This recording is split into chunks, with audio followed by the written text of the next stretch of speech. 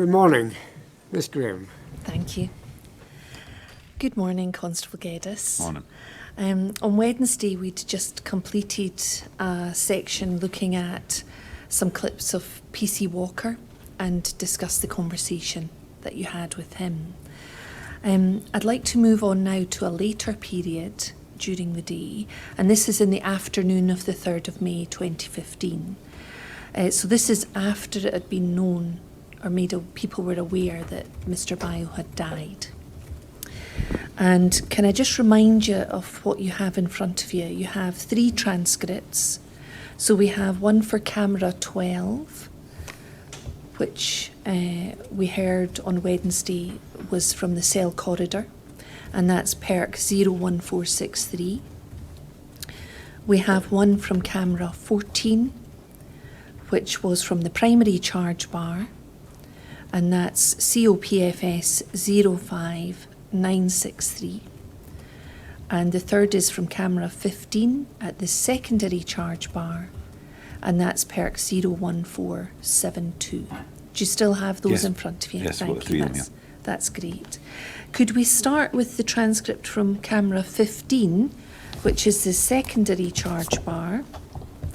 Now, this is the longest clip that I'm going to look at, but let's look first of all at the transcript to get our bearings.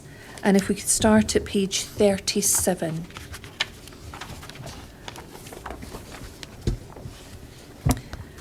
I'll just briefly take you through this. This is going to be from pages 37 to 44, and we'll just briefly look at that. So it starts with you 134602. You're in the secondary charge bar area.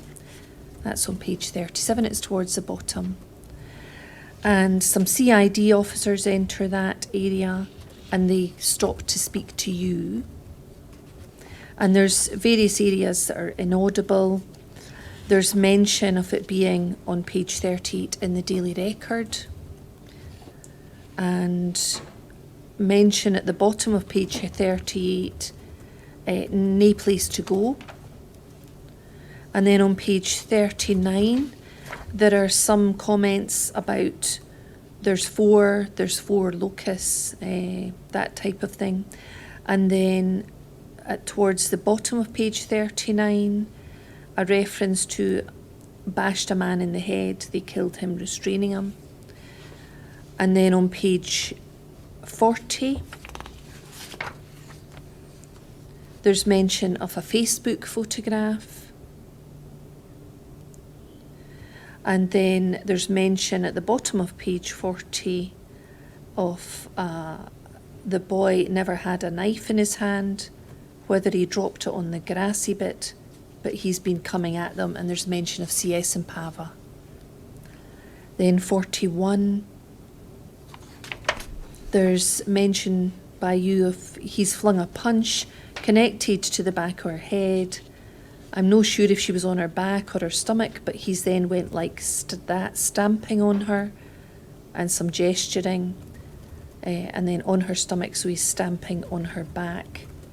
And then at the bottom of page 41, there's a comment by you that he hit him with the baton because it didn't matter what they were doing, they just couldn't control him, and they couldn't get him off. And there's you appear to be imitating some strikes at the bottom of page 41. Moving on to 42, there's a reference to initially Ashley hitting him over the head, and you thought it was only Ash that hit him, and then apparently it had been all that had been in about him. And then page 43, there's mention by you of there's no vote for operational statements, whether the CID or policing standards will speak to them on tape, get statements under caution. And then at the bottom of page 43, there's a comment and they'll deny it and they'll just jump on to this. And then you say, but one of the ACCs that's here are involved in a crime and terrorism, whether they just want to on-call ACC out or whatever, 4 locus in Kirkcaldy in one night. And then ultimately you remain at the secondary charge bar.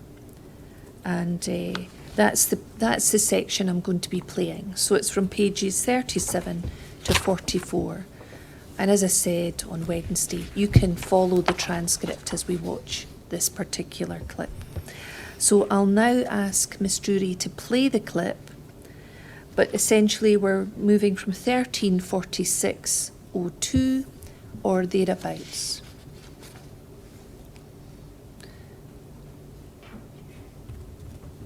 That would be absolutely fine. So at the moment we're 1345:52 on PS 00199, and this is the CCTV from camera 15, which is the secondary charge bar, and we can see that again on the screen, and we can see the back of you on the camera.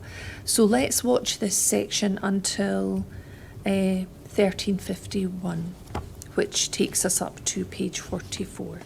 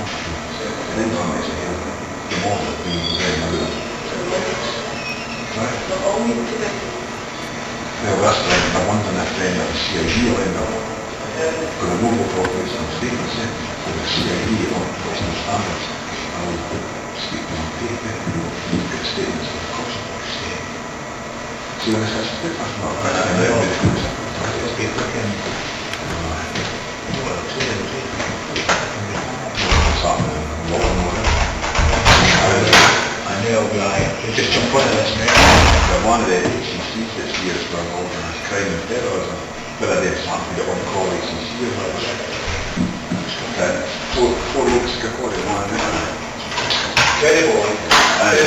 Unbelievable.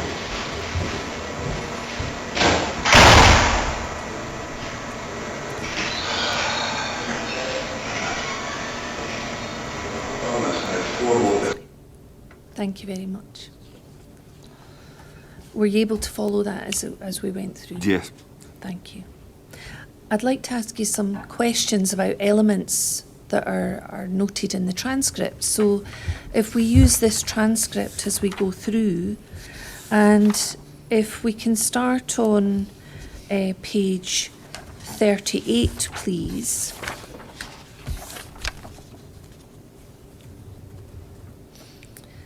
At the top of that page, there's a lot of references that are marked as inaudible. Do you remember how the conversation began? I don't even remember that conversation at all. All right. You'll see that there's mention of it's being in the daily record. Do you remember that day when you became aware that it had been in the daily record? No. No, I don't know. Okay. When you say at the bottom of page 38, "nae place to go," do you remember what that was a reference to?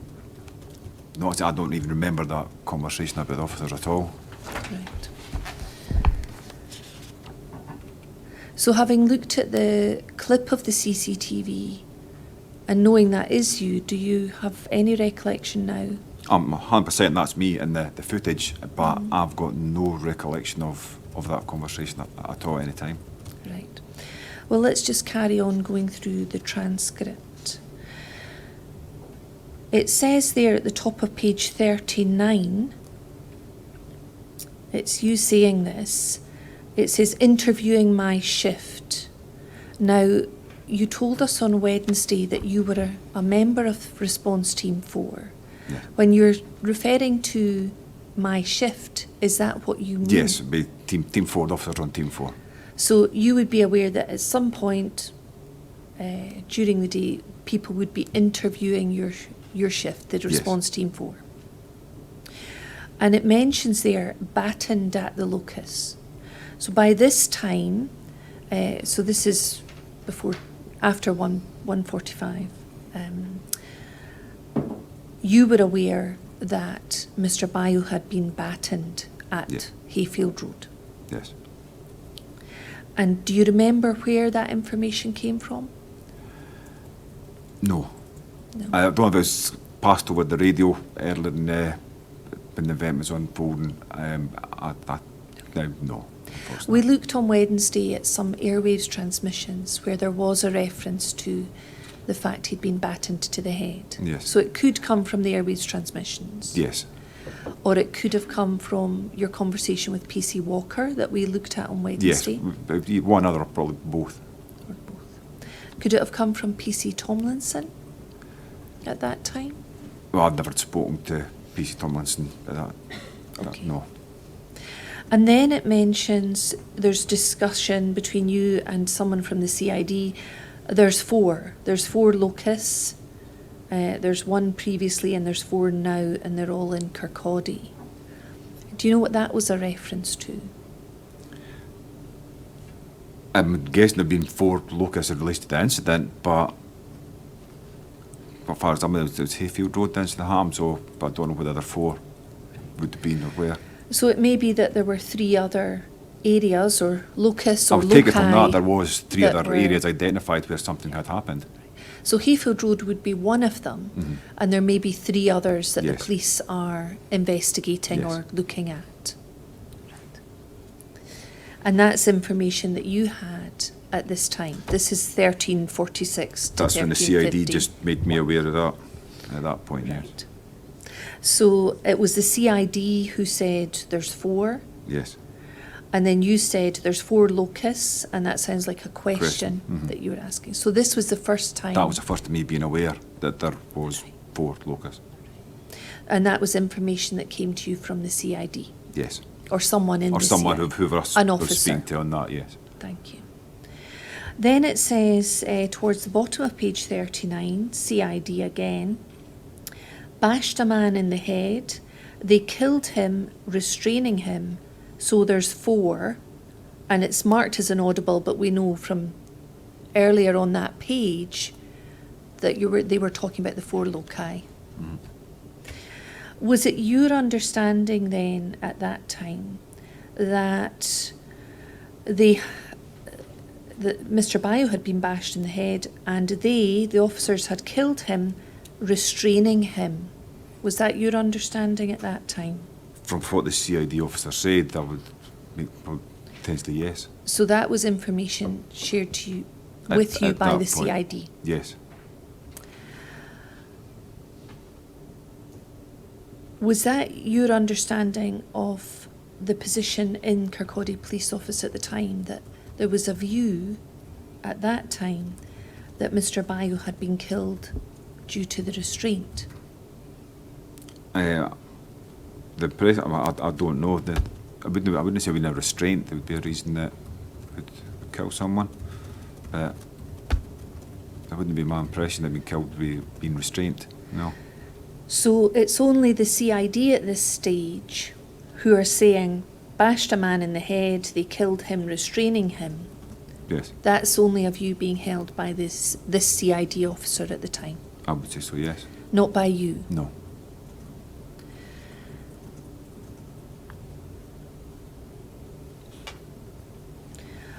Were you aware whether that was a prevailing view in Kirkcaldy Police Office at the time, or was it only from the CID that you were hearing that? I can't recall where that was. I don't know. Okay. Can we look at page 40, please? There's then information from you saying apparently they've managed to get an update.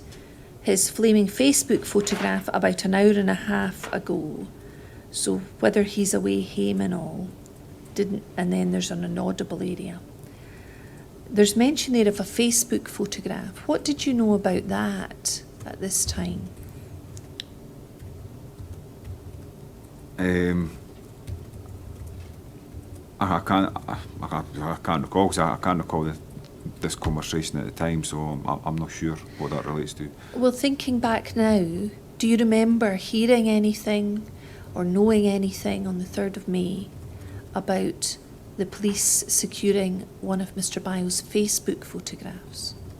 No. You don't remember anything about No. that? We've heard that from a member of the CID, Samantha Davidson. I think you've mentioned you knew her. Yes. We've heard evidence from her that that is the way that they managed to identify Mr. Bio, Right. by getting a Facebook photograph. Do you remember knowing that in Kirkcaldy Police Office on the 3rd of May? I can't remember that. No. You don't remember that now? No. I mean, you've obviously known it at the time. I've also known at the time. In fact, I've mentioned it there. But it's been mentioned in conversation down to the custody staff, down to us when we weren't. But it don't remember it now. All right. You then say at the bottom of page 40, he's fucked eye, Ash seems all right, but they're new, their cell even, Craig was saying. So that's a reference to PC Walker, and we know from our discussion on Wednesday that you had spoken to PC Yes. Walker. So you say Craig was saying that you know the size of Craig, he's a big strapping boy, he couldn't get him off of her. Nicole, she's only short T, but they came from the other side. And we know that Nicole Short is actually small, and she's 5'1", I think, Yes. my memory serves. And as soon as they got there, the boy never had a knife in his hand. We've also heard evidence that he didn't have a knife in his hands when the police arrived. Whether he dropped it on the grassy bit. Now, were you aware at that time that a knife had been recovered from Hayfield Road, from a grassy area near to the area? I think I did, yes. Can't be 100% sure because I can't remember, but I know that was mentioned that a knife was recovered at the scene. Right. But he's been coming at them. Is that a reference to Mr. Bio coming at the police? I would say yes. And What information did you have at that time about Mr. Bio coming at the police? The only information I had would be when I spoke to Craig, and he was saying he was walking towards them, he was coming towards them, and wouldn't stop. All right, thank you. I don't know how he ended up, but they CS'd and pava'd him, and he just went like that. And then there's a gesture with your left hand and a wiping motion across your face. That was mentioned on Wednesday when we discussed that at an Yes. earlier stage. And I think you accepted that must have come, that the gestures must have come from a demonstration from someone who was at the scene. Yes. And so by this time you knew that there'd been CS spray and Pava spray used on Mr. Bio by the officers? Yes. Yes. Thank you. And that it hadn't had the effect or the impact that the officers had hoped? Yes, that basically didn't work. So that was well known at the time. Yes. And then let's turn to page 41, please. And we see that, again, you're noted as saying something initially inaudible, and then you say, and laughed and kept coming straight for Nicole. He's flung a punch and it connected to the back of her head. So by this stage, you were aware that there was an allegation that Mr. Bio had struck Nicole short to the back of her head. Yes. I'm no sure if she was on her back or her stomach, but he's then went like that, stamping on her, gesturing, stamping motion with his right foot. Now, can I ask you about that passage? Is that information that you received from PC Walker? It's the only person I spoke to in relation to this, so it would have been yes. But from your conversation with PC Walker, you weren't left sure if she was on her back or her stomach. Yes.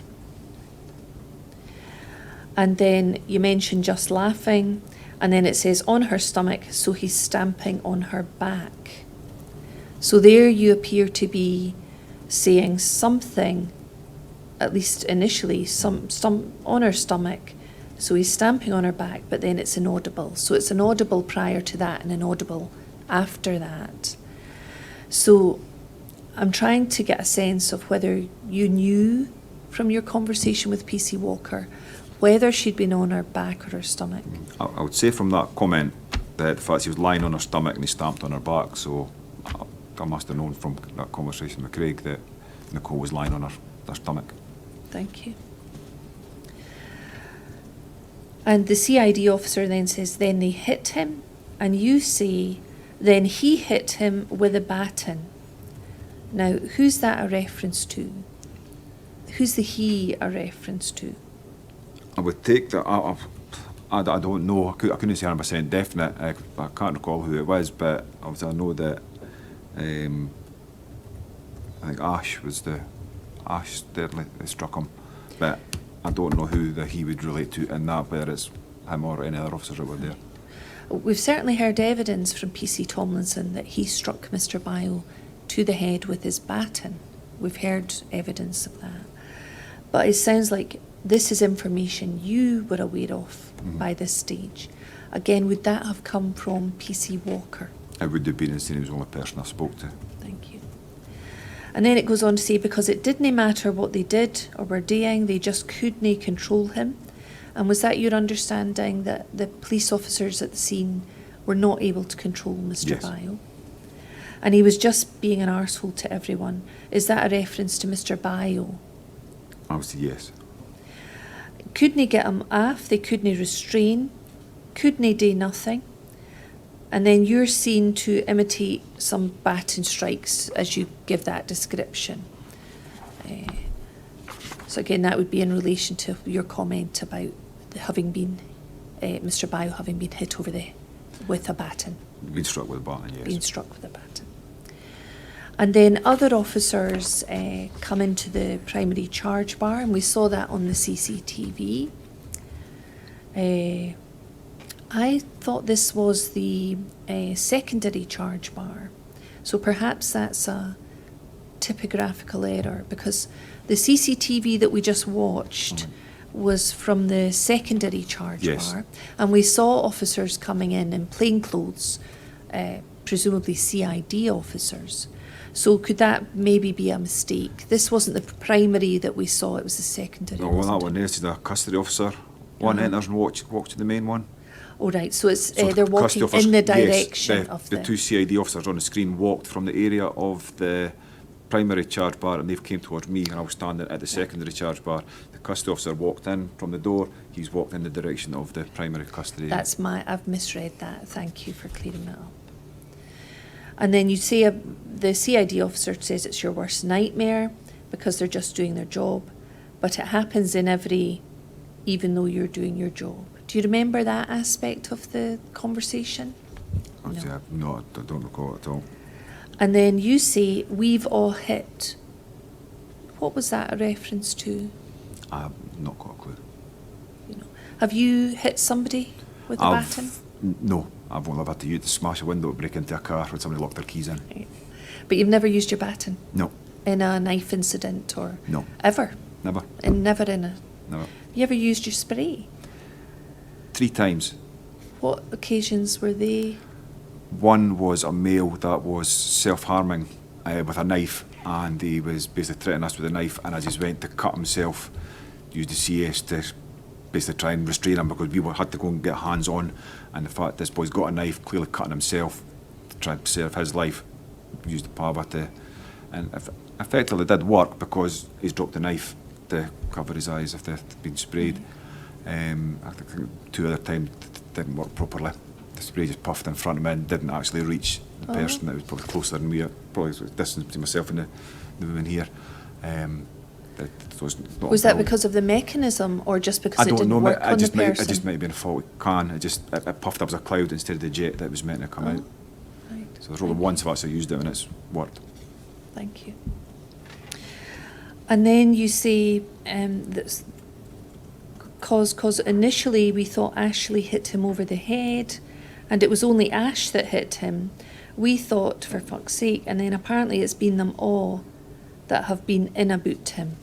Now we talked about this phrase on Wednesday, and can I just ask you some questions about that?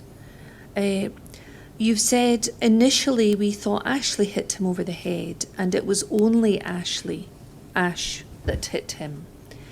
So were you under the impression initially that it was only Ashley Tomlinson that had hit Mr. Byle? Yes. How had you come to that impression? The only thing there was a message was passed over the radio at one point saying he had been struck, and I think PC Thompson's name was mentioned as struck him with the baton. So that's I think I may be wrong with that, but I think we looked at that on Wednesday, and there was a message that he'd been struck over the head, battened. I think I referred you to it on Wednesday. It was Acting Police Sergeant Maxwell who'd given the message. But there was no mention of Ashley Tomlinson's name as being the officer. We can look at that again if that's of any help. So it's page 8 of the spreadsheet that we looked at on Wednesday. Yes, the combined audio and video timeline. And so it's 7:26:52. So it's a second last airwaves transmission. And it said, just for the log, it's by Scott Maxwell, on attendance, this male's attacked PC Short quite violently. As a result, he was sprayed with CS and Pava and battened. There may be a suggestion that he has been battened to the head area. You'll see there's no reference there to PC Tomlinson. We've heard evidence from Sergeant Maxwell that information did come from PC Tomlinson, but that wasn't transmitted over the airwaves as part of the radio calls. So my question for you is, how did you know initially that it was Ashley Tomlinson? someone's obviously been mentioned at some point, but I don't know who it was mentioned, when it was mentioned, but someone has obviously said it was Ash that had struck him onto the head. By that stage, obviously you've talked to PC Walker, And we looked on Wednesday at a number of officers returning before 8 o'clock in the morning. That was Peyton, Walker and Maxwell. But because you've said here, initially we thought Ashley hit him over the head. Then you heard they'd all been in a bootum. And you said on Wednesday, the in a bootum phrase came from your understanding of your conversation with PC Walker. I'm trying to work out how you got the information that it was Ashley Tomlinson before you then changed your mind after your conversation with PC Walker. I can't recall where the information came from, but it was mentioned at some point, or I wouldn't have been saying that Ash is one that struck him to the head. So I don't know where it came from, but somebody has mentioned it. So if you formed an initial impression that it was Ashley Tomlinson who'd struck him over the head with a baton, that would have been from someone who was at the scene or someone who's passed that information to you. Yes. And that would have been prior to you speaking to PC Walker. Yes. Thank you. But then after your conversation with PC Walker, it was through that conversation that you then discovered they'd all been in a bootum. Yes. In a bootum doesn't sound like a very controlled police procedure. Do you want to explain to us again what you mean in relation to in a bootum? I would say, if you're in about someone, it's they're trying to restrain them. They're trying to get control of them. So again, it's very much about controlling somebody, perhaps in quite a vigorous, active way. Yes. It's not a passive or controlled No, way. it's not in about them as in setting about them to assault someone. It could be taken in that way. Just say that they're in about them to try and get and restrain them and get them handcuffed. And I think in fairness to you, you've given some information about this in your inquiry statement, which you will still have in the black folder. And you were asked about this at paragraph 102 of your inquiry statement. And you'll see you've given an explanation at 103. And you talk about in about them, round about him, trying to restrain him, trying to control him, trying to get him up in handcuffs or whatever. Certainly there's different ways you can look at it. I suppose if you're in about somebody, for me, for a policing side of it, you're trying to restrain them. You're trying to get a hold of them and get them to stop them doing what they're doing. And that's your understanding of that, yes. Please. Thank you.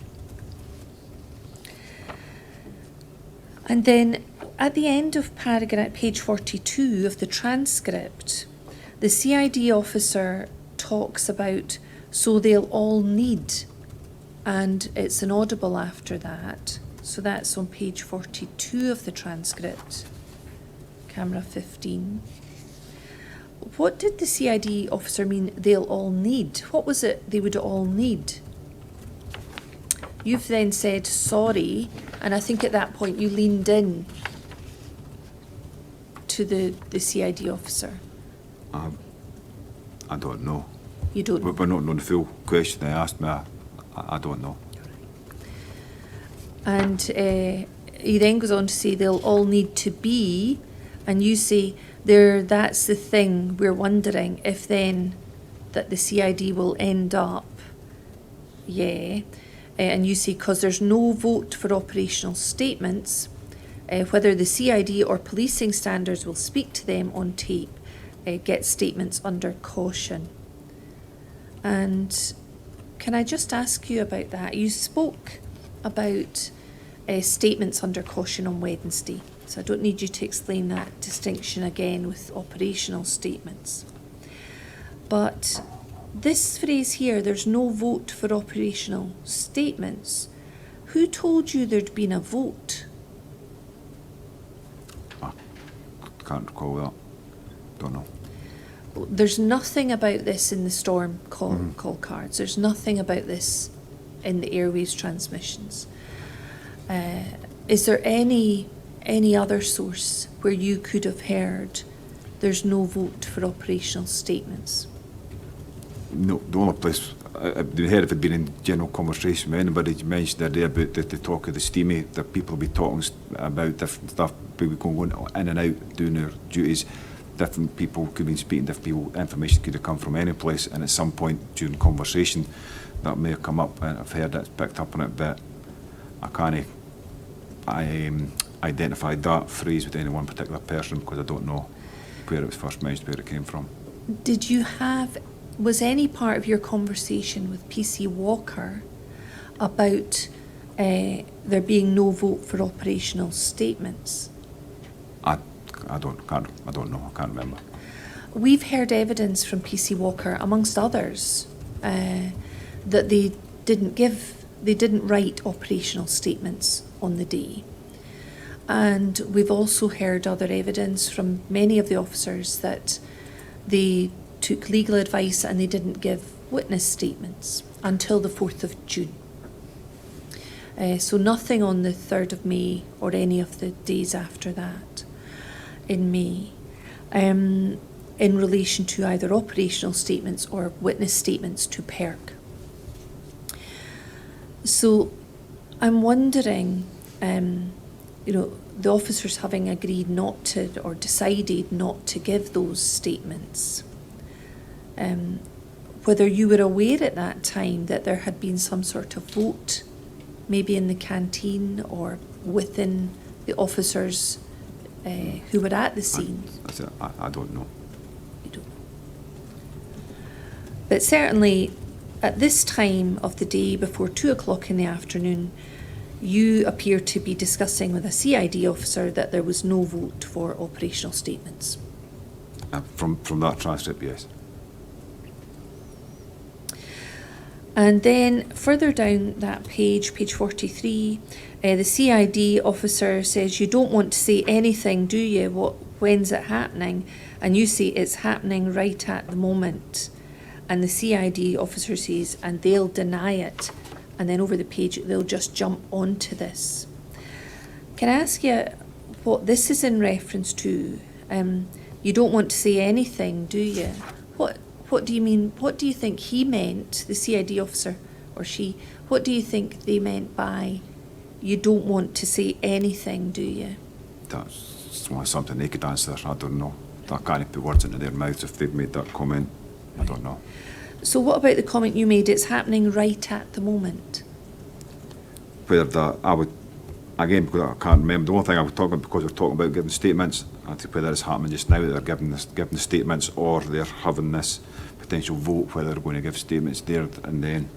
That's all I can take from that, but I can't remember.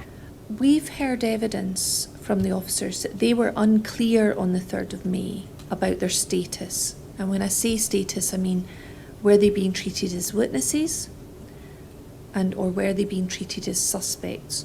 And the impression they had, or they were unclear, they were confused, they were uncertain about that.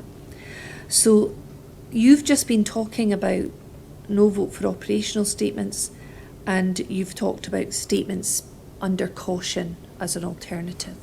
And on Wednesday, I think you explained that operational statements are a police matter to register what you've done and what your involvement has been in an incident, and statements under caution will often be given by suspects. They can also be given by witnesses. Right. But commonly it's suspects, as I understand it. More often than not, it would be suspects, but then also witnesses. And some of the officers have spoken about this distinction as well. And against the background of their confusion or uncertainty about their status, whether they were witnesses or suspects, is it possible that this reference to them denying it could be because, as many of them have said, if they're being treated as suspects and being asked for a witness statement, that they would not wish to give that statement. We've heard from another officer, a Scottish Police Federation representative, that she had given advice not to give statements to the officers until their status was confirmed. So could this be something against that background? The confusion about their status, the advice from the SPF not to give statements until their status was confirmed, and only if they were being treated as witnesses, not suspects. But that's only something they would be able to answer, because I didn't have part of that conversation, so I don't know what advice they were given, what advice they weren't given. So Does it make sense to you? it does make sense to me, yes. Thank But you. it's not something I could answer. Right. And then if we could look at page 44, you're saying at the top of this page, but one of the ACCs that's here are involved in a crime and terrorism, whether they just want to the on-call ACC out or whatever, 4 Lucas and Kirkcaldy in one night. Can I ask you, what's an ACC? Assistant Chief Constable. How senior is that person? Very high. And you say one of the ACCs that's here are involved in a crime and terrorism. Do they have specialist areas, the ACCs? They do, yes. Is there one that is involved in a crime and terrorism? The different departments, I would guess they would. You're not aware of any of that? No, it's a rank I'm never likely to get to anyway, so it's not something that I look into. I just know it's one of the main bosses has come out, and part of his roles was dealing with crime and terrorism. Do you know who the ACC who came out was? No. But one of the roles of that officer who'd come out to Kirkcaldy police officers was terrorism. Yes. Is crime and terrorism an area, a department, or is it? They're different. They're different, but you may have the same person in charge of both departments, both areas, depending how the structure, who deals with what. But unfortunately, I don't know how they do that. Right. You say one of the ACCs that's here. Does that mean there was more than one in Kirkcaldy on the 3rd of May? There might have been, but I can't remember.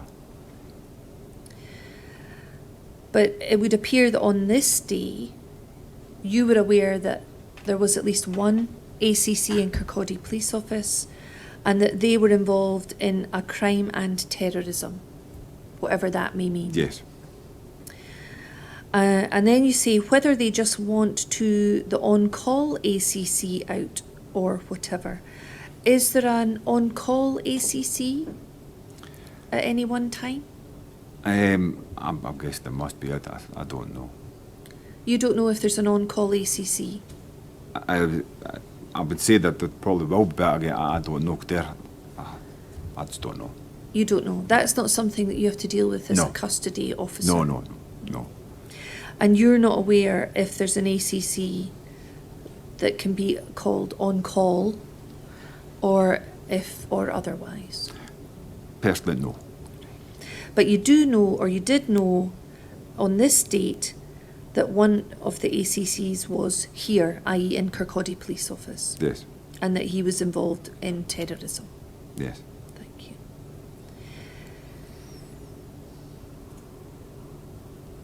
And then we'll leave that for the moment. Thank you.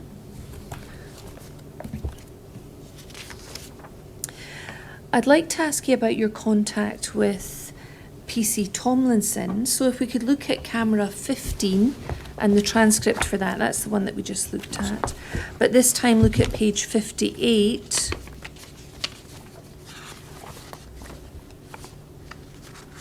And you'll see on page 58 at the very bottom of that page that there is a reference at 16, 15, 18.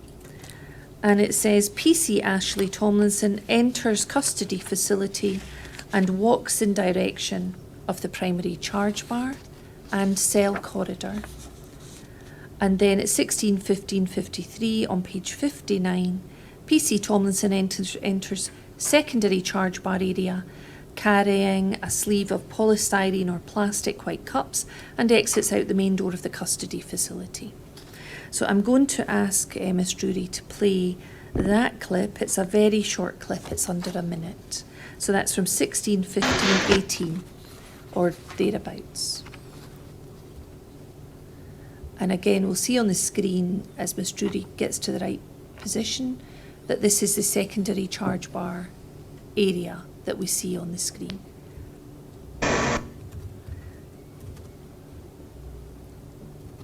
And we're going to go to 16, 15, 18, or just prior to that, if possible. Why don't we just leave it there for a moment? That's 1 second after we see this gentleman coming in the Yes. door from the right-hand side. Do you recognise that as PC Tomlinson? Yes, I do. We've heard from PC Tomlinson that on the 3rd of May 2015, he had dark hair and glasses. And we'll just carry on.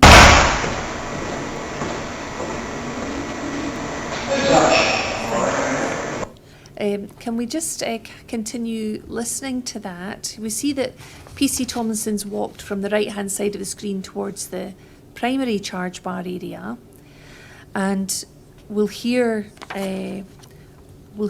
part of a conversation. So if we could just go back slightly, Miss Drury, and play that again. Thank you. And we'll listen to it even after PC Tomlinson's gone out of shot.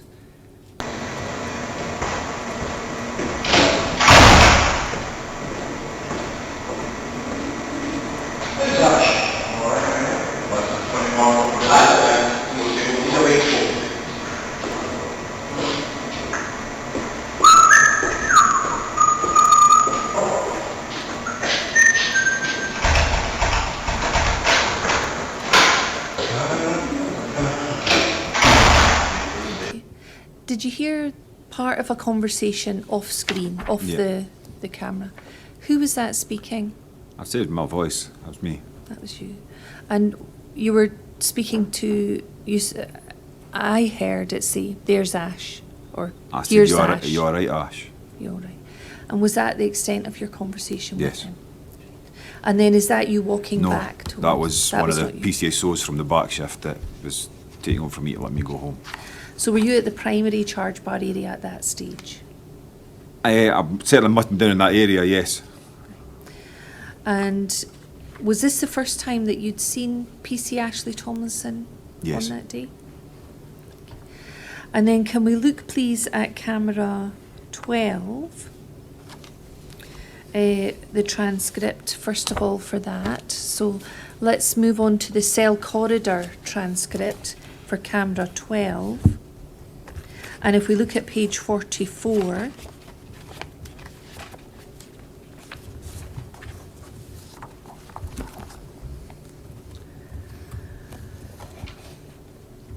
and you'll see on page 44 that there's 16, 15, 27 at the top. And it says unidentified PCSO exit cell. What's a PCSO? It's the civilian custody care officer. Sorry, I didn't hear that. It's a custody care officer. Custody care. They're employed. Police sometimes do the role, but their primary only role is the care and welfare of custody as well. And is that something that your duties extend to also? I'm to also care trained for, in that, yes. to care for the custodies? Yes. So you look after their welfare Yes. and treat them with dignity and respect? Yes. Thank you. Unidentified PCSO exit cell corridor in direction of charge bar. As PC Ashley Tomlinson enters, he can be seen to enter the storeroom and then exit carrying one sleeve of plastic polystyrene white cups. PC Tomlinson exits cell door in direction of charge bar, leaving unidentified officer 1 outside of observation cell. Nothing of note said. So if we could just look at the clip on PS 00196. And this is from 16/15/27 or thereabouts.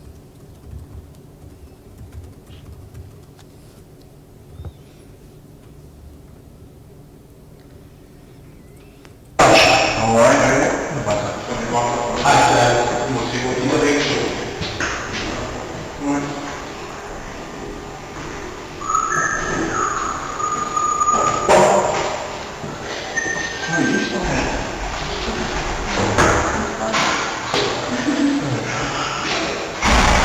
you. If we could just rewind that slightly. So the officer here enters from the bottom right-hand side of the screen. And do you recognise that as PC Tomlinson? Yes. So he's come from the secondary charge bar area through towards the primary charge bar area into the cell corridor. Yes. And then, if we could maybe have that back on the screen, do we see that he enters one of the doors on the right-hand side? Still Now, there. you said on Wednesday, I think, the red trolley and the black bucket, in between that, the door leads to a store. Yes. And then do we see him coming out of that with some white plastic cups? Yes, we do. And you weren't party to any conversation with him in the cell corridor No. as he does that. And then he exits again back towards the primary charge bar area, bottom right-hand side of the screen. And you've explained to us on Wednesday that that would allow him then to move back to go to the canteen area Yes. within the Kirkcaldy Police Office. Thank you. So can we look now, please, at your inquiry statement, paragraph 99, please?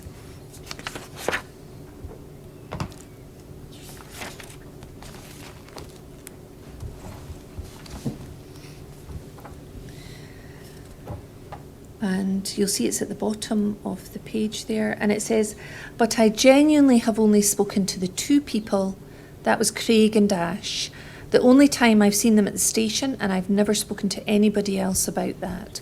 The only guys that were involved in it, that was there, was the only ones I've seen at the station."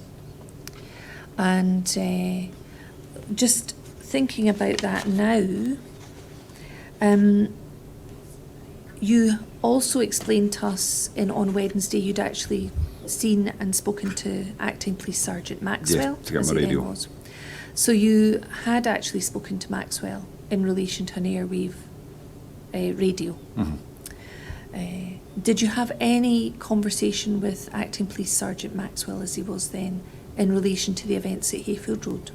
Not to my knowledge, no. But you did see him I that did see him, yes, when he come to get my radio. And you saw PC Hayes. We spoke earlier on Wednesday about PC Hayes receiving the transmission yeah. and him leaving to go to Hayfield Road. Yes. Remember that? Yes. Did you see him when he came back? I don't recall him coming back. I didn't see her, no. We've heard that Constable Mark Hayes was with Nicole Short at the hospital and returned back with her. Right. Could we look again, please, at the storm cards, if that's possible? PS 00232.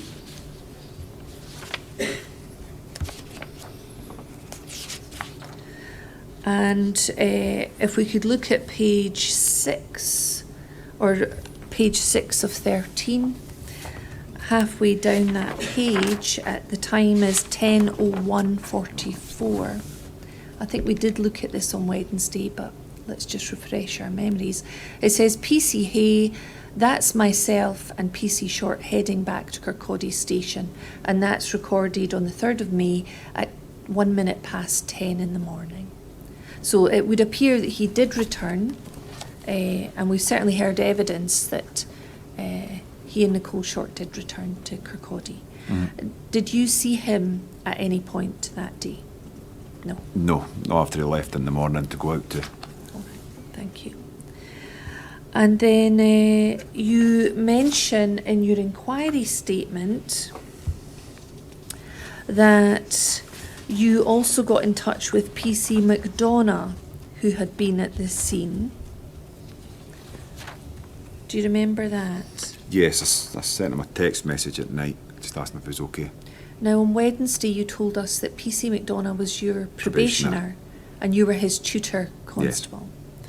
Tell us about the text messages or text message just that you one sent. text message, just asked, "Are you okay?" And he replied back, "Yes," and that was it. Only contact between them. No further contact with him. You didn't have any conversations with him in No. Kirkcaldy on the day. No. And did you see, we discussed Samantha Davidson, who's a CID officer. Do you remember having any contact with her during the day on the 3rd of May? And I don't recall having contact with her, no. Okay. Right.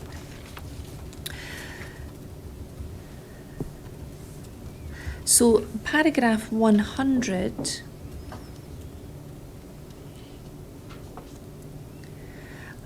of your inquiry statement. You say, it's obvious that Craig has told me more than I thought he's told me. From my memory, I've literally thought I was only talking to him for seconds. What I've said, I've only said to him. Who hit him? We all did. And it's just been in passing at the door. But clearly it's sounding like I've had a longer conversation with him. So I may well have been there for a bit longer, but time-wise, I have not got a clue. So I think by the as you reach the conclusion of your inquiry statement, you, although initially you thought it was just seconds that you spoke to PC Walker, I think by the end you accept that that was a longer conversation. Yes. And I think on Wednesday when we looked at the footage, from you speaking initially to PC Walker to you coming back into the secondary charge bar, was about 3 minutes, and you said you were talking to him during that time. Yes. So it was a longer conversation. Yes, clearly it was longer than I honestly thought it was. During the course of the day on the 3rd of May, you were obviously in Kirkcaldy Police Office. You have a lot of interaction with people coming in and out of the primary and secondary charge bar and the custody area, the cell corridor. Did you hear anyone expressing concerns about Mr. Bio and his welfare? I can't recall, I don't know. You don't know. Can I ask you about paragraph 111 on your inquiry statement, please? This is a section of your statement where you talk about PERC interviews. Now, at 111, you say, in the first interview, I wasn't impressed with the male interviewer from PERC, his whole attitude. He was stereotypical TV bad cop trying to lay down the law, whereby the female was sitting there not saying very much. I was told if I didn't tell him the truth and all that, he could make things difficult for me. It can affect my career and everything. I'm thinking, I was sitting working in an office and heard stuff on the radio, and I'm getting threatened with my career. It did not impress me at all. Now, we looked on Wednesday at your first statement with PERC, and you should have that in the black folder in front of you, actually. This is the one dated the 14th of July, I believe. Or sorry, yes. 14th July 2015, and it's PERC 00355. Yep. Yes, and it was investigator Karine Pattenden and DSI Keith Harrower was present. So can you give the chair a little bit more information about your concerns when PERC interviewed you? Certainly my concerns is about the first thing that the male said to me was that if I don't speak to him, tell him the truth, it can cost me my job, I can go to jail, and I just straight away felt the boys coming in threatening to me for something I wasn't involved with. I just didn't like his attitude, the way he spoke to me in relation to that. And did you feel he was quite heavy-handed with Yes. you at that first Yes. interview? And how did you feel, how did you react to that approach? Not being impressed with his attitude. As I always say, I answer every single question honestly and truthfully. If you know me, I do waffle a lot. I'll fill in blanks, typical stereotypical person, I talk. I made the conscious decision that any question he asked me, I will answer him honestly, truthfully, 100%, and then try and cut out the waffle. I was only going to answer what I was asked, and that was it. So it stopped you talking instead of having presumably the desired effect. Yes. Can we look at paragraph 113 You then, so at 113 and 114, you again express concerns about them showing you, we'll wait till we have that on the screen, 113 and 114. We won't see all of them together, but you have the hard copy. And it says, Perk showed me the CCTV of Kirkcaldy Police Station in the second interview. So the second interview was the one that we looked at on Wednesday, was the 23rd of July 2015. So this was just over a week later after your first interview. And it was investigator Karine Pattenden and DSI Harrower again. So you say, Perk showed me the CCTV of Kirkcaldy Police Station in the second interview. Is this the sort of CCTV that you and I have been going through on Wednesday and today? Yes. Right. I think it was the Craig Walker comment they were saying to me. I never told them about that, but I remember that they did, because when the boy spoke to me, he made a point when I said to Craig, who hit him? He went, we all did. And I sort of done an air quotes gesture with my fingers. And the boy made some sort of reference to me making that comment. So when they came back the second time, the boy made reference to it. When you're talking about the boy, are you talking about DSI Keith Harrower? Yes, because I didn't know his name. I apologise if I offended me calling him the boy, but I didn't know his name. We've heard other people use this phrase. Is this quite a commonly used phrase in Fife? Yes. The boy. We've heard it's a reference to a male. Yes. So it was, if you'd known DSI Keith Harrower's name, you may have referred to him by his name. Yes. And 114, I wasn't impressed with the boy's attitude, truth be told. It's the way he's coming out, and he made that comment at me as if I'm making something up. So when he came back and he said, oh, I've now watched the tapes, and it said that on the tape it shows me talking to Craig Walker, to which I said, I know I told you that. And he said, no, you didn't. So that's when I went back to him and I said, I did, because that's when he went, we all did, and I'd done that comment to him again. He then left the room, which I only assumed he'd went and phoned someone else, who confirmed at that point that I did tell him that in the first statement, because they hadn't even brought me the first statement.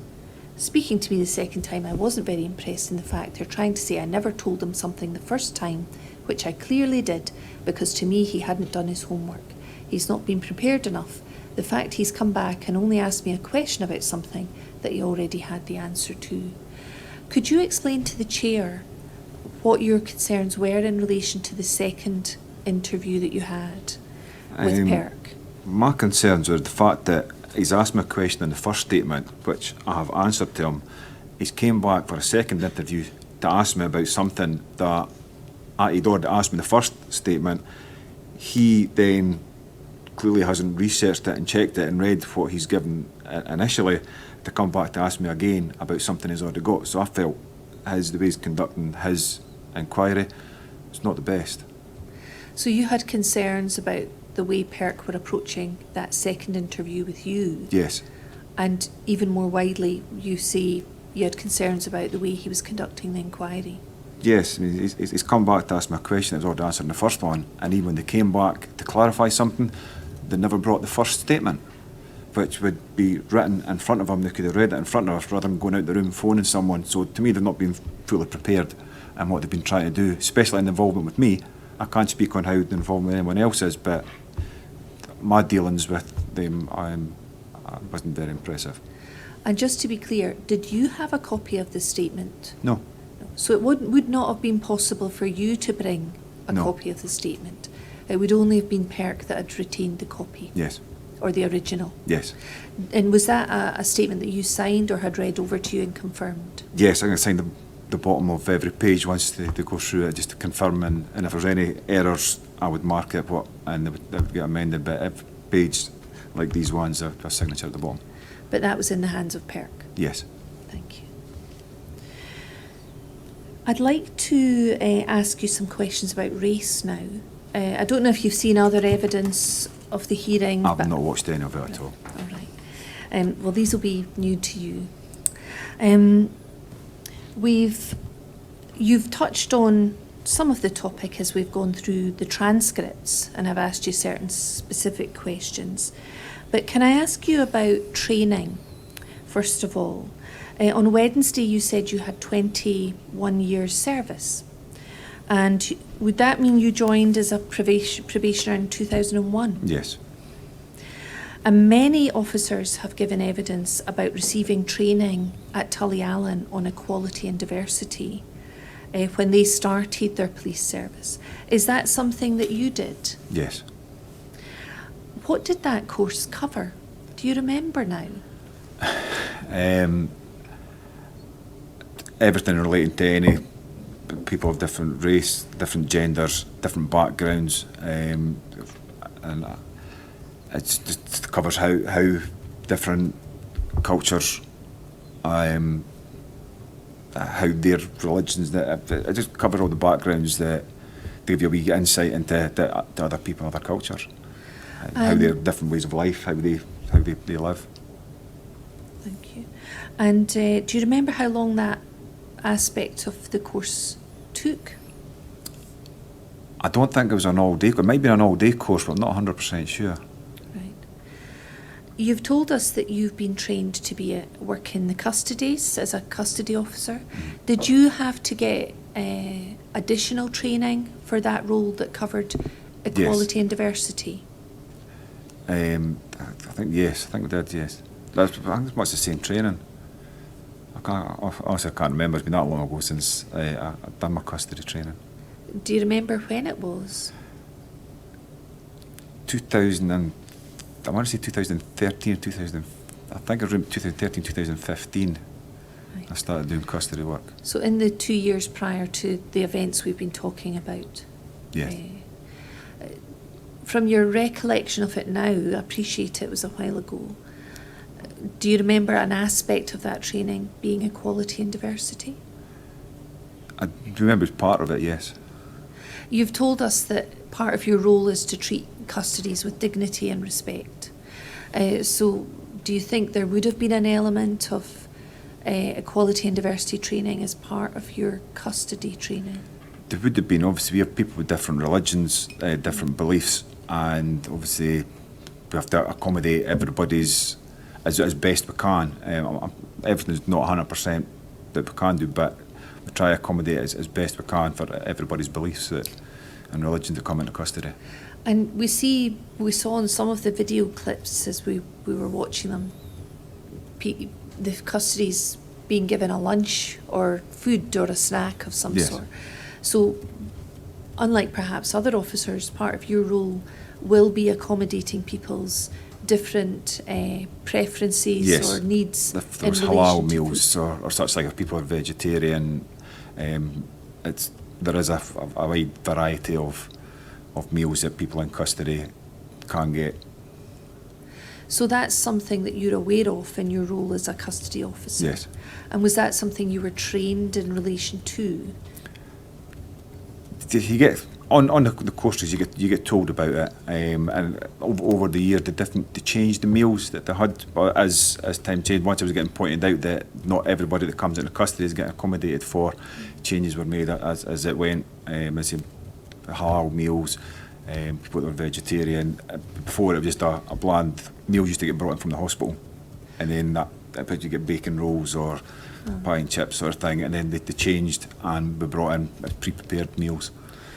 So do people get a preference at all, or They'll do get they a get to choice. express? No, they'll get a something? choice. Usually there's about 9 or 10 different choices of meals that can be added. There's cereal bars for breakfast, and there was curries. There was vegetarian meals.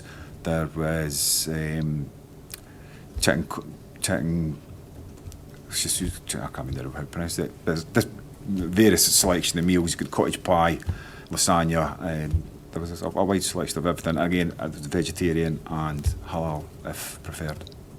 And do you, as the person sort of supervisor or in charge of the custodies or involved with the custodies, do you have a record of different preferences, dietary preferences? The people that come in, you'd ask them if when you went round, because you go round and first ask if they wanted a meal, if they'd like something to eat, and you would usually have a sheet printed off.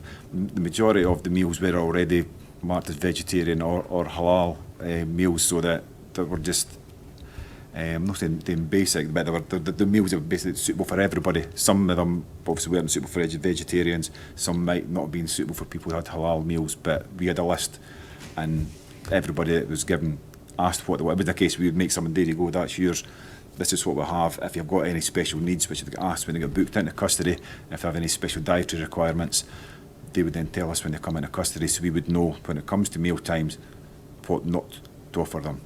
Thank you. And just to be clear for some people who are listening, can you have people in custody overnight in the cells? Very regularly, yes. Or regularly? Right. Quite often for weekends as well. So you do need to provide a breakfast for people Yes. if they've been kept in overnight? Yes. And we may hear that there's observation cells. Are they different from a normal cell in the Yes, custody you've corridor? seen in the video at one point, you see an officer sitting as a glass-fronted observation cell. More often than not, it's people that would go in there that suspect might have concealed items on their person, and it's just to keep them on constant observation to make sure they're not going to extract potentially drugs and eat them, or it may well be someone that is special risk, suicide risk. They need constant observation, so they can be watched all the time by officers to make sure that they're safe and looked after when they're in custody. So it's easier, is it, for an officer to observe someone from an observation cell Yes, than a 'cause normal cell? Yes, observation cell, you'd also have one or two officers sitting outside the cell.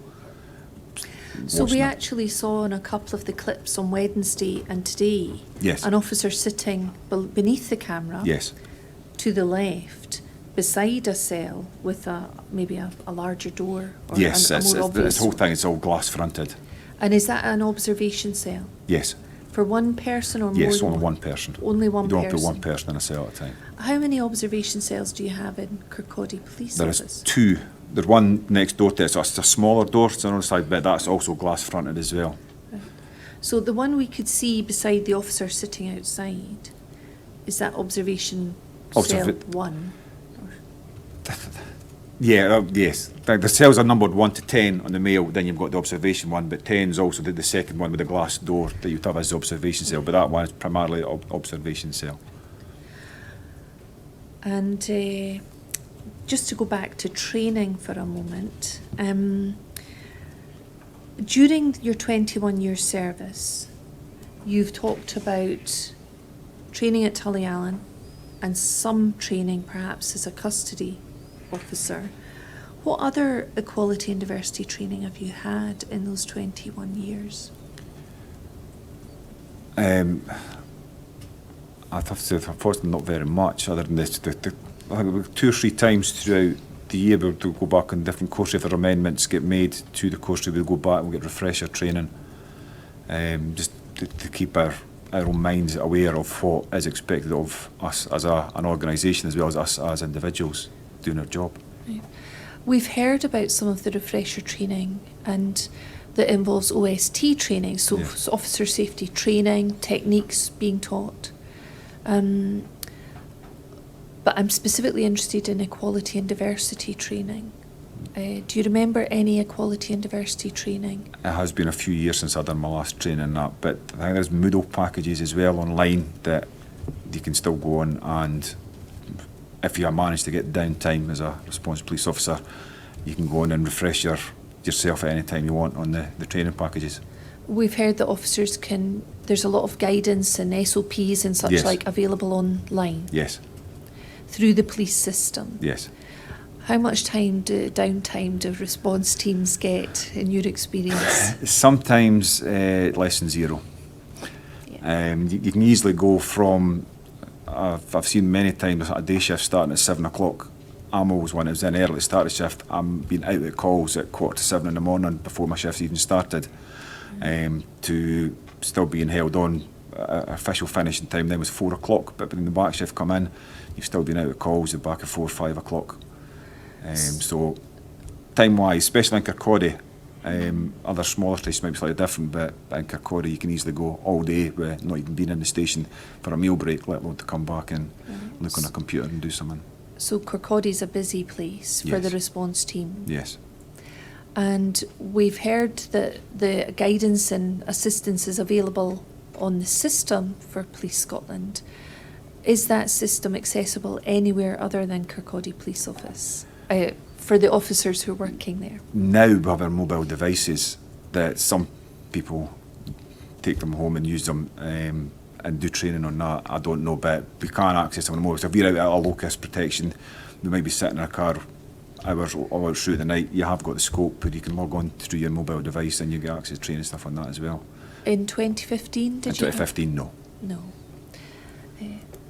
I appreciate we had a slightly later start. Do you wish to have the Oh, moment now? how long roughly would you have to go? I've got quite a A bit bit to go. So in that case, we'll have a break now then, 20 minutes. Thank you.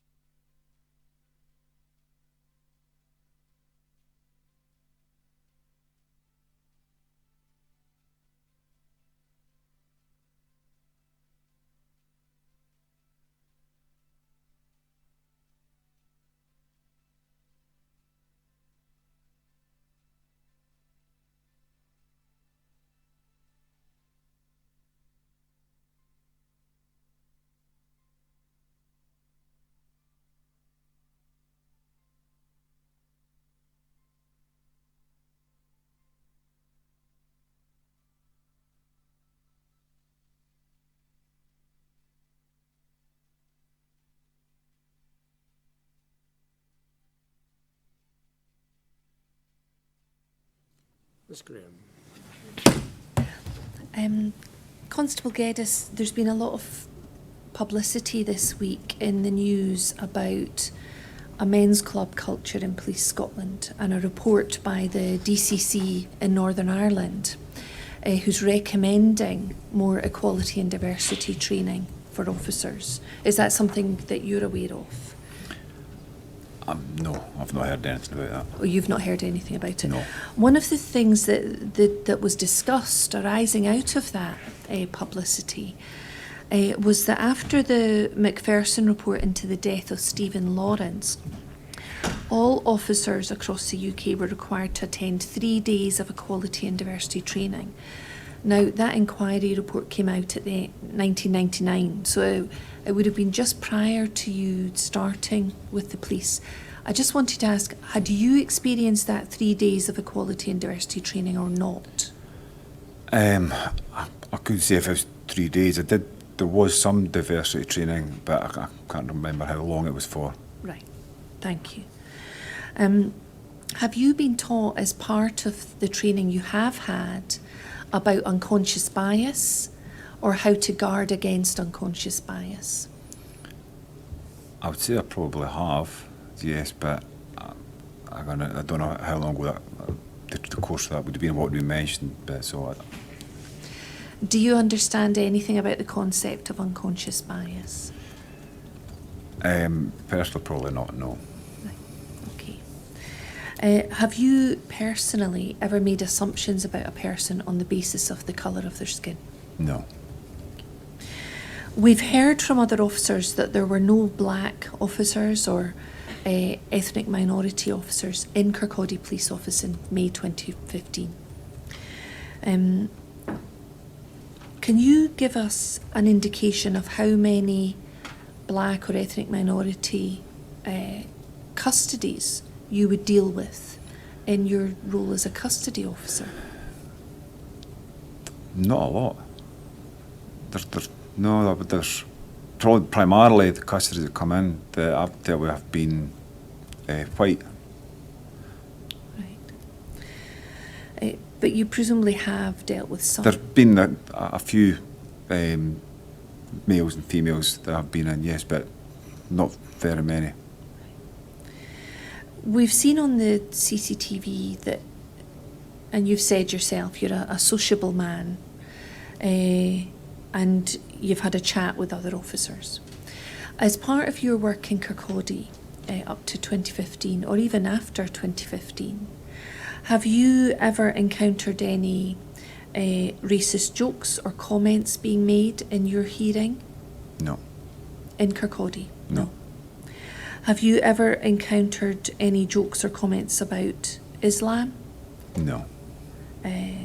About terrorists? Not that I can think of one, no. Are you aware of any officers making assumptions about terrorists being black or Middle Eastern? No. Or making any assumptions about members of other ethnic minorities in Scotland? No. Were other officers speaking about it being a possible terrorist incident in May 2015, on the 3rd of May? I don't know what other officers were saying, because I don't know what was suggested with the officers I was working at the time in the custody office, and we were about for 4 or 5 people in that office that worked. So I don't know what other officers were thinking about it. So your experience that day related to people who were in the office? Yes. In your area, beside the custodies? Yes. You've talked about being on Response Team 4. Have any of the colleagues that you've worked with in Response Team 4 ever displayed behaviour of that sort, made racist comments or jokes or otherwise? No. How would you react if you heard someone making what was or what could potentially be considered a racist comment? I would be pulling them up on it, which I have done to people in the past, because these things, comments, it doesn't matter what person is, race, colour, creed, that they're not acceptable. You've told us that you have an obligation to treat people with respect. Yes. And would you consider that contrary to your own personal obligations? Yes, I have challenged people in the past for making what I perceive to be racist, offensive comments. What were the circumstances of these I was. events? This wasn't involving police officers, but I was at a Scotland rugby match, and I think it was Scotland were playing Western Samoa, and someone in front of me made a comment about getting to the black bastards, of which I proceeded to scalp him in the back of the head and tell him if he's going to talk like that, he can get out of here. Because I'm none, because it's just completely unacceptable. And I was someone in the crowds round about me, it wasn't someone I knew. So you actually physically chastised them Yes. for that comment? Probably shouldn't have clipped them in the lug, but we're in a family stand and someone coming with comments like that, which is not acceptable. How would you deal with someone who was in Kirkcaldy Police Office, say a fellow officer? If someone had made some sort of comment like that, the first thing I would do would be tell them it's an unacceptable comment to make, and if they continued to make these sort of comments, I would then be reporting it to my supervisor. Who would your supervisor be? My sergeant, it would have been in charge of that shift at the time. The custody sergeant, I think you mentioned on Yes, I Wednesday. had been working in custody. If it was a custody officer that said that, I would have mentioned my custody sergeant. If I had been back on response, I would have mentioned the response sergeant. And we've heard evidence from other officers about the importance of rank and seniority in the police service. If it was a more senior officer to you, would you feel that inhibited your ability to challenge that behaviour? It shouldn't. Potentially it would go to another officer of either the same rank or higher and make them aware of my concerns. All right. And so would you say anything at the time, or would you go and speak to someone of equivalent rank to them? If someone says it in front of me, I would be saying it's not an acceptable comment and they shouldn't be coming out with comments like that. However, if they said something again, then clearly they wouldn't be listening to what I've said, so I would then report it to another either officer of the same rank or higher. So, but your initial reaction wouldn't be just to ignore it? Correct. No, I would say something. But you may take it further if it appeared they weren't continues. listening Yes. to you. We have a statement. We've not heard from D.I. Robson yet, but we have a statement to the inquiry from D.I. Robson, and you mentioned his name on Wednesday as someone who was in charge in Kirkcaldy Police Office on the 3rd of May. And his statement speaks of him having heard inappropriate racist jokes. Is that something that you have heard in Kirkcaldy Police Office? No. Never. No. Do you remember on Wednesday I completed my questions to you at the end of the day, and I said I wanted to ask you one final question in case I forgot. And we were talking about whether you had custodies in the cell corridor that day who may have been black or Asian, or I'm interested if any were members of an ethnic minority. And I think your answer was, to my knowledge, I don't know, I can't answer that question just now. No, I don't know. You didn't remember. I'm not sure who was all in custody that day. Yeah. Now, on Wednesday, you told us that there were 2 officers in Kirkcaldy Police Office who'd travelled from Edinburgh to be Yes. in Kirkcaldy that day. Yes. You told us that. Yes. And you said they were on constant observations on one of the custodies. Yes. So you obviously remember that. That's Yes. what the evidence you gave on Wednesday. And am I correct in understanding that there was let's say, a high-profile prisoner, a custody, who was under observation that day and kept in an observation room? Yes. And in fact, you've told us today, and we've seen on the CCTV, that there was an officer sitting outside the observation room. Is that one of the Edinburgh officers? Yes. What rank were the Edinburgh officers? I think they were PCs. Same as- Same as me, police Same as constables. you. And we're also aware that there was another unidentified officer within the custodies, involved with the custodies that day. escorting a male custody from the other observation room. So someone else that was involved with that. Now, I'm not going to ask you to identify that officer. They had a particular role, but I don't need to know the details of that at this stage. That's been redacted from the transcript that we've been looking at. Can I ask you to look, first of all, at camera 12 transcript, please? And I'm interested in page 35 of that transcript. And you'll see at the top of page 35, the time is 12:47 and 46 seconds. And you'll see it says, PC Geddes enters cell corridor carrying out custody duties. He's followed by an unidentified officer. That's the officer with the particular role that we've been talking about, who's present to escort a prisoner contained within observation cell 2. And then it says at 12:48:10, officer and prisoner exit cell corridor in direction of charge bar. And then it says 12:48:14, prisoner re-enters cell corridor and is directed by PC Geddes on where blank is to go. PC Geddes, now, although that's redacted, we know that you're in the male cell corridor. It's only male custodies in the male cell corridor.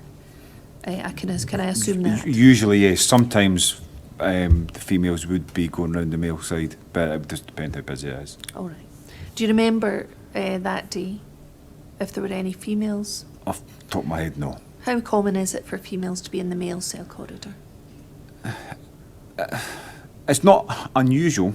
There might be work getting done down the female side, so put them in the male, or they would just, if they need to put them in observation cell, the only observation cells are in the male side, there's no observation cells in the female side. Okay. So it is still common practice that you would put male and female at the same side. But All right. PC Geddes follows something back out of the cell corridor in the direction of the charge bar. So you see at 12:47, you appear to be within the custody area. This is the transcript for the cell corridor. And the other officer, unidentified, and the prisoner are exiting the cell corridor in direction of the charge bar. And you're involved with that. And then can we look at the transcript for camera 15? And this is a later time. If we can look at page 48.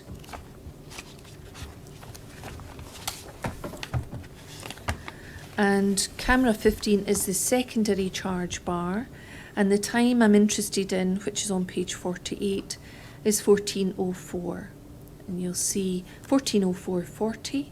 Custody Officer 1 and PC Geddes appear to be distracted by voices coming from the interview room. Then a redacted section, officer and prisoner. This results in PC Geddes out of camera view. However, Custody Officer 1 remains in camera view.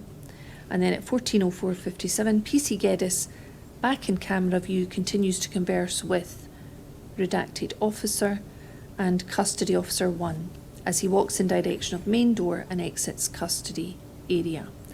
So you appear to be having a conversation at that stage with an unidentified officer and Custody Officer 1. Do you see that? yes, And there's reference there to the prisoner. And if you take it from me at the moment, that's the prisoner that's been in the observation right. room in the cell corridor that we looked at earlier.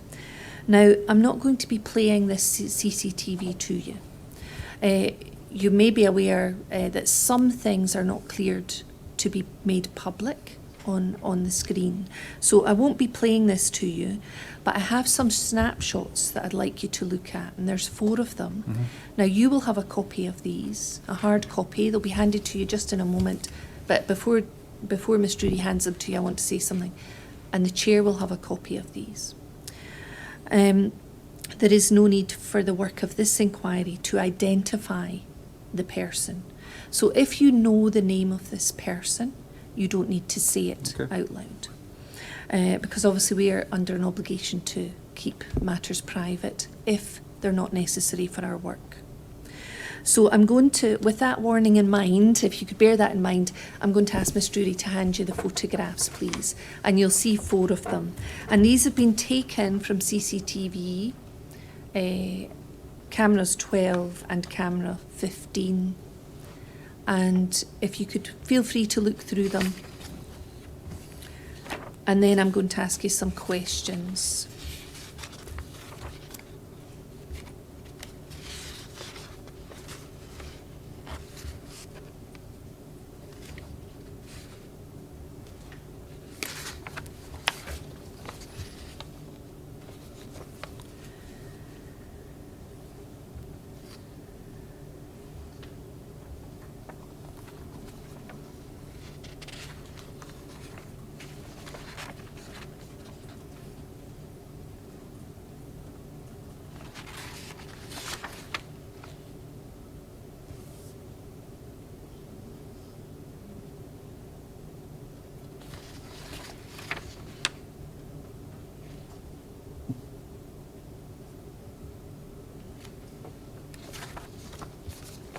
Thank you.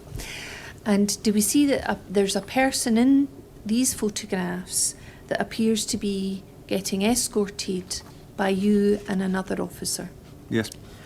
from the cell corridor through the secondary charge bar area, Yep. and being brought back by you, as I understand it, to the cell corridor? So at least 4 pictures will show them getting taken out. Right. All right, but in the photos you can see that a person is being escorted. Yes. And would you agree that that person is not white?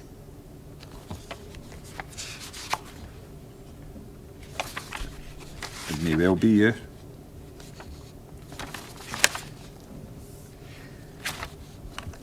You agree?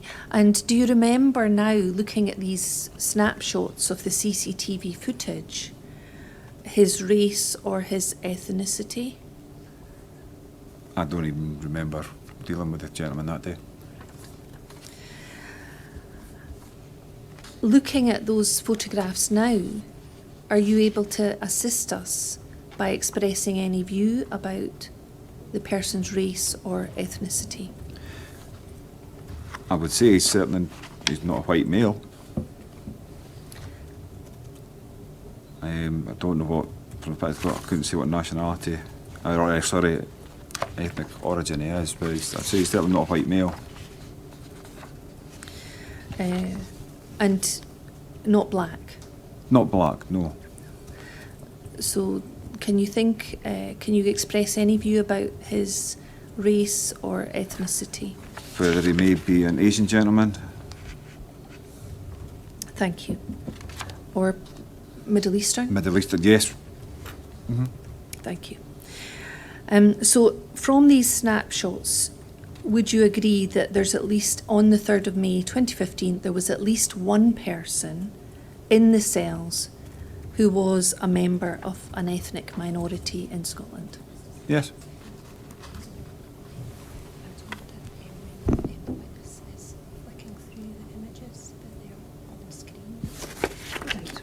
Okay, yes, that's fine. Would you be able to keep those photographs down? Sorry, as yep. you flick through them, I understand parts of the image can be viewed. Okay. And we can deal with that later with added pixelations, but if you could for the moment just keep those down. I'm very grateful. Can we look back again, please, at camera 12 and the transcript for that, please? So this is the camera that relates to the cell corridor we looked at a moment ago. But I'd like to look at page 10 again, please. We looked at this on Wednesday, you'll remember.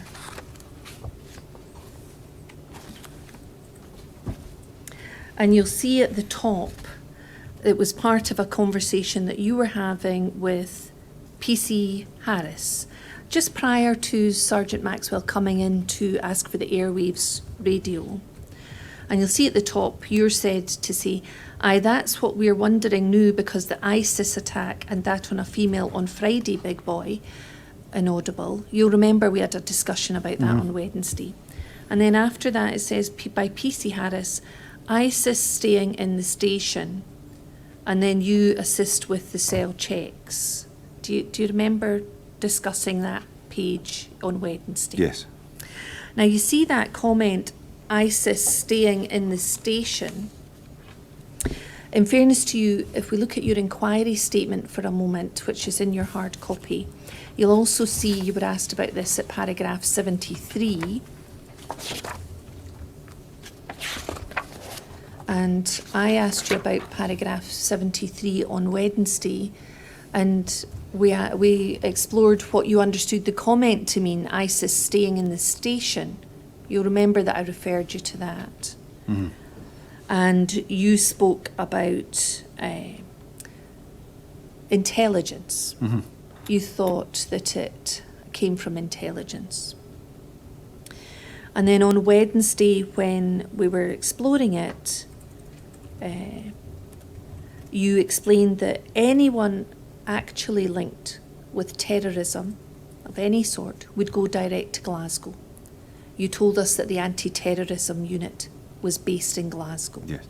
And when I asked you about whether you see a lot of terrorist activity or people accused of terrorist activity in Kirkcaldy, you said that that wasn't something you dealt with in the cells, and you confirmed that was never dealt with in Kirkcaldy Police Office. Mm-hmm.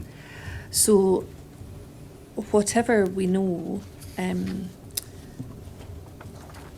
the people in the cells in Kirkcaldy Police Office are not accused of terrorist activity. You agree? So looking at this comment again by PC Harris, ISIS staying in the station, looking at that now, Constable Geddes, does it appear that PC Harris may be making a derogatory comment against someone who is in the cells, staying in the station, and describing that person as a member of a well-known terrorist group, ISIS? You would need to ask him if that's what his intention was, but I can't say if that's what he was meaning. I don't know. You don't know. Did it not appear to you on the 3rd of May that he could be making a derogatory comment in the cell corridor? Looking back on it, it may well have been, but it's not something I'm aware of. So looking back now, in light of what I've told you, you think that could be seen as a derogatory comment against someone? I would say some people could take it that way, yes. Yeah. You did not challenge that comment at the time. Can you explain why you didn't challenge that comment at the time, knowing that there would be nobody from ISIS or accused of being a member of ISIS staying in the station? No, I can't give a reason why, because I can't remember that conversation anyway. Well, I'm asking you not to remember that conversation, but to look back now and seeing that a comment's being made about ISIS staying in the station, why that wasn't challenged by you when you knew that no one from ISIS was in Kirkcaldy Police Office that day? I don't know why I never said anything to him. It may be that people watching will say, you've told us you would challenge that type of comment, but on this occasion you didn't. Is there a reason why you didn't? I don't know. I can't. Looking back now at what we see here on the transcript and what I've told you and you know, do you think you should have challenged that comment? I should have, yes. And given that PC Harris is a constable, how would you have challenged that comment? I would have said it straight to his face. He shouldn't be making comments like that. Thank you. Can I ask you about just some other general questions about concerns about the use of force by the police We've seen you on the CCTV and we've seen in the transcript that there were conversations about lethal force having been used by PC Tomlinson or others. And we don't need to go over that again, but were you aware at that time, from your own general knowledge, that the public had concerns about the use of force by police officers, particularly against black men? No. No, I can't say I do. You weren't aware of any public concerns about that? I was, no, at this time, no. And in 2015? I can't remember, but no. So you didn't have any awareness about concerns of situations that had occurred in England or abroad, such as America? Oh, I think it's just, I'm not sure how to answer this, but in the Lee Rigby type instance, again, and where we are in Scotland, I've not had any real concern because I suppose up until then we've never really had any incidents like that occurred in Scotland, so it's not a thing that I've thought too much about. We may have heard other evidence about whether there is sufficient training or adequate training in relation to incidents and events that occur in England or abroad, and whether that's shared with officers in Police Scotland. Do you remember ever having had any training or guidance given about these sorts of incidents happening elsewhere out with Police Scotland? Learning lessons from other situations which have arisen? I think some of the things at the time they changed, because we used to be single crewed quite a lot, and the decision was made that officers now will be double crewed, so you've all got corroboration when you go out to something, so that if anything did happen of any nature, you're always going to have two officers there, so that if something does happen to one, there's another one there to help them. So you were to stop going to things single crewed. Every place we went was double crewed. So to protect the officers in case something happened. In case something happened. Right. But in terms of sort of general learning about other incidents involving the use of force or the use of restraint by police officers in England or other parts of the UK or abroad, do you feel that you were being given information about that and guidance? I don't think no, if we were. I don't know. But not something that was being emphasised to you to the extent that you can remember it today? No, correct. Thank you. You've told us today about how the menu has changed for people with certain dietary preferences or requirements. You've told us about maybe you're not entirely clear about the number of minority ethnic custodies you would have had at any one time. Did you have a general understanding, either in your role as a custody officer or in your role as a member of the response team, of the black community in Kirkcaldy? Kirkcaldy doesn't, to my knowledge, doesn't have a large black community anyway, so I've had very little involvement with any black community. Were you about to say next to nothing there? Or Yeah. And is that either as witnesses, as suspects, as victims of crime, or as custodies? Because you have told us you've had some contact. There's some contact. There has been a few black people in custody, but there's very little, hardly any involvement with black people. They don't have a big community, and certainly in Kirkcaldy. And they've not crossed your path, certainly, in any Not very often.